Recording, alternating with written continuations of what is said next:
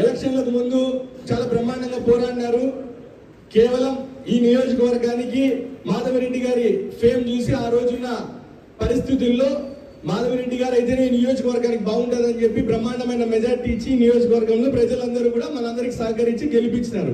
అయితే అది దగ్గరలో జనరల్ మన లోకల్ బాడీ ఎలక్షన్లు రాబోతా ఉన్నాయి.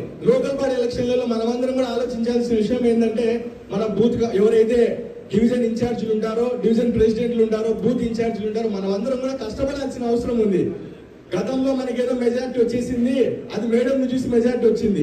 ఇప్పుడు రాబోయే ఎలక్షన్లలో ఖచ్చితంగా ఎవరైతే క్యాండిడేట్ ఉంటారో వాళ్ళని కూడా చూస్తారు, మేడంతో పాటు వాళ్ళని కూడా చూస్తారు. మేడంతో పాటు వాళ్ళు సరిపోతారు అనుకుంటే ఖచ్చితంగా వాళ్ళకి మద్దతు ఇస్తారు ప్రజలు. కాబట్టి మేడం ఎంత కష్టపడుతుంది దానికి 10 మనం కూడా కష్టపడాల్సిన బాధ్యత మనందరి మీద ఉంది.